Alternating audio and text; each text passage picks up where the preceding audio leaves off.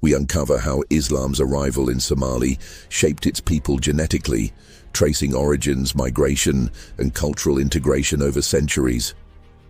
We explore DNA's role in shaping a unique identity from coastal communities to ancient diets. Explore the biological footprint of belief and convergence. It transformed societies, shaped cultures, and subtly influenced the genetic fabric of regions like Djibouti. The Islamization of Djibouti was not a moment of sudden conversion, but a centuries-long process that involved migration, intermarriage, and new patterns of social organization. Each step left behind traces not only in language and architecture, but also in DNA. Situated just across the Red Sea from the Arabian Peninsula, Djibouti was one of the first African territories to come into contact with early Muslim missionaries and merchants. The proximity to Yemen and the port of Zayla meant that even before the rise of formal Islamic states, religious teachers and traders were already crossing the sea. These early interactions laid the foundation for a genetic dialogue that would shape generations. Genetic studies of Djibouti and populations reveal a modest but notable increase in Southwest Asian ancestry beginning around the Islamic era. Autosomal DNA segments from modern Djiboutians often show low but consistent matches with populations in Yemen, Oman, and the Hijaz region of Western Arabia. These markers correspond with a timeline of Islamic expansion and are especially common in urban coastal communities with long-standing religious institutions. Y chromosome data provides further clarity. Certain lineages, such as J1P58, associated with Arab male ancestry, appear in Djibouti at higher rates than in neighboring inland regions.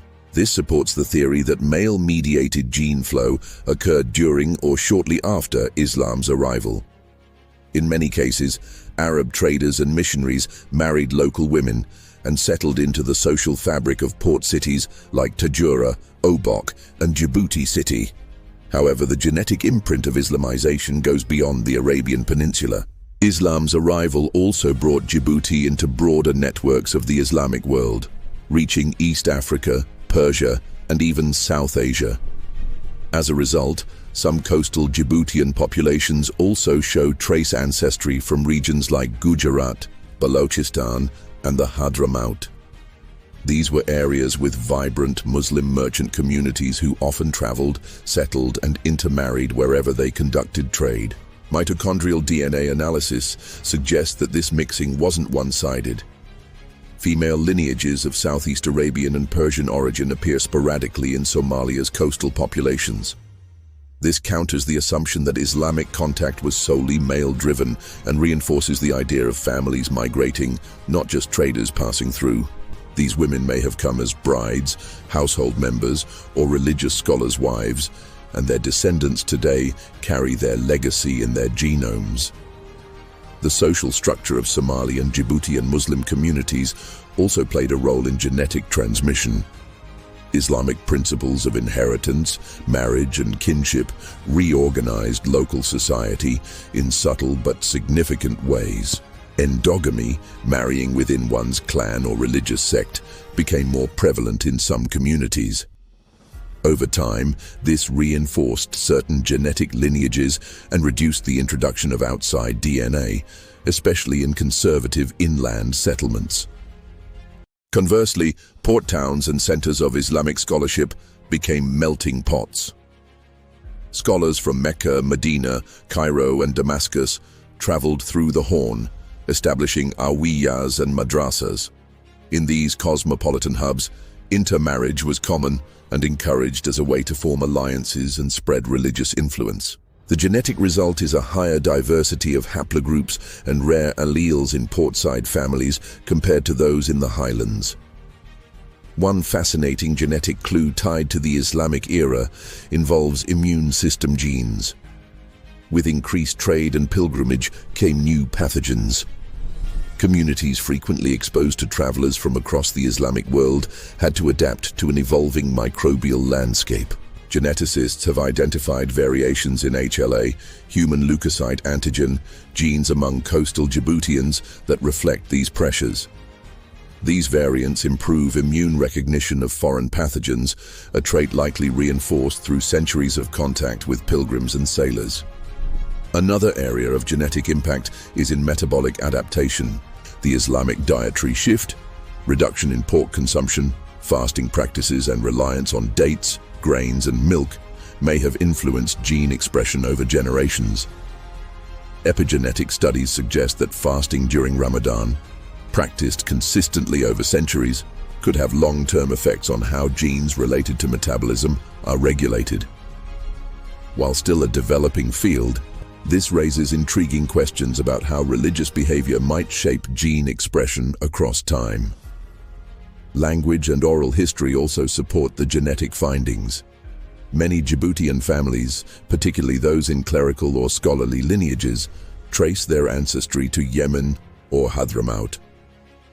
Some carry names or titles like Al-Harbi or Al-Yemeni passed through generations. Genetic studies often corroborate these claims, identifying markers that match known Arabian or Persian lineages.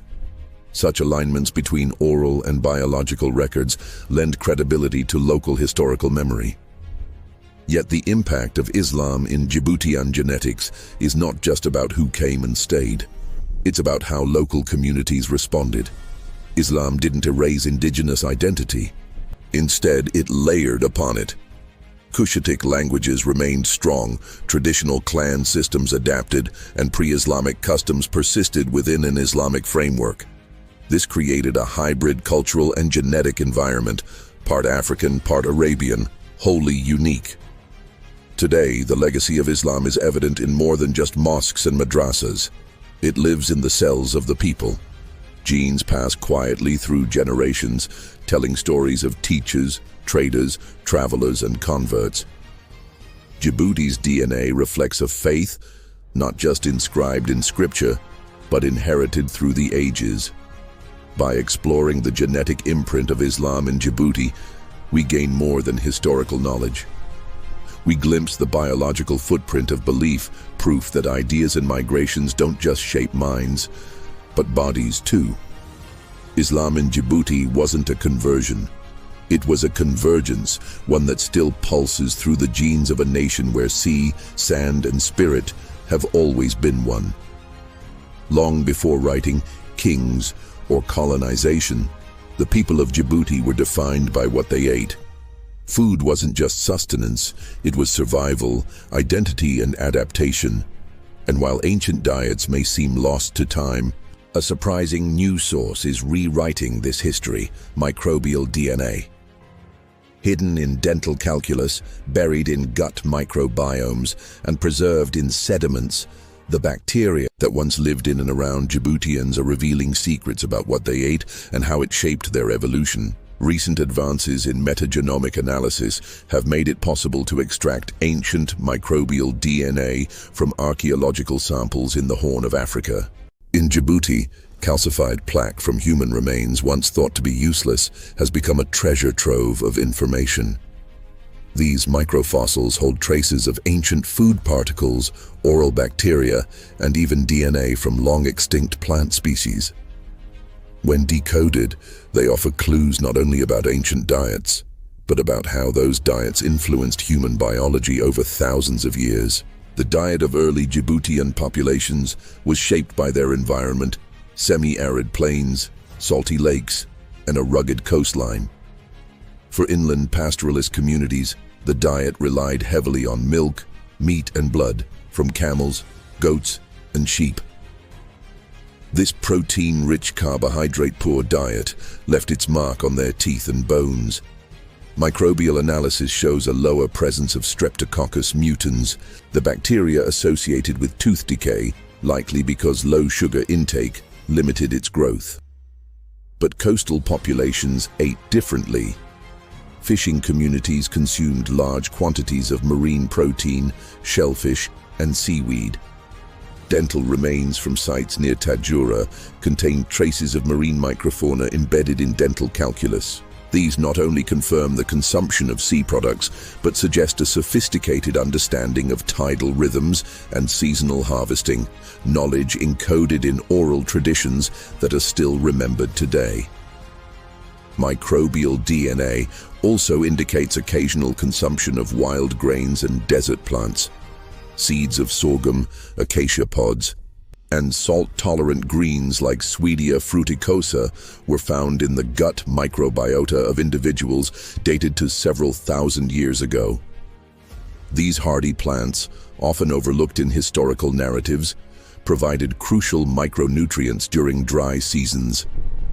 Their presence in ancient intestines shows a broad and adaptive diet responsive to the harsh ecology of Djibouti. This varied diet left its imprint not just in bones or soil, but in genes. For instance, gut microbiome studies among modern Djiboutians show the persistence of bacteria highly efficient in breaking down lactose, proteins, and fibrous plant materials. These microbes, shaped by centuries of dietary consistency, work symbiotically with the host. In some cases, they influence the expression of genes related to digestion, immunity, and inflammation. One of the most remarkable findings is the coevolution of human genes and microbial partners. For example, ancient Djiboutian populations likely hosted strains of bacteroids and Prevotella that adapted alongside their diet. These microbes help extract energy from otherwise indigestible food sources like animal cartilage or tough desert legumes.